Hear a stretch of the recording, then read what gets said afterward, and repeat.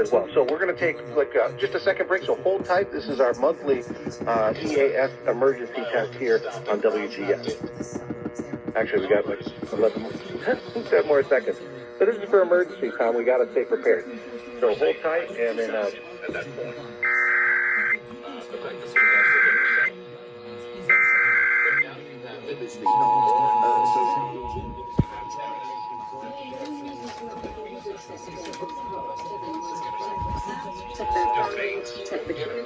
And also for the parents to say this station is participating in the test of the Illinois Emergency Alert System. This system was developed to provide information to the public during emergencies. This was a test. Mistrust.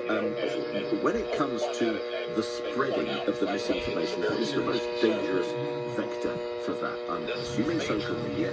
How does it get out? Is it articles that are passed on? Is it memes? Is it let's pick on Bill Gates? What's the way that anti-vax gets the most traction? Are we good? Okay.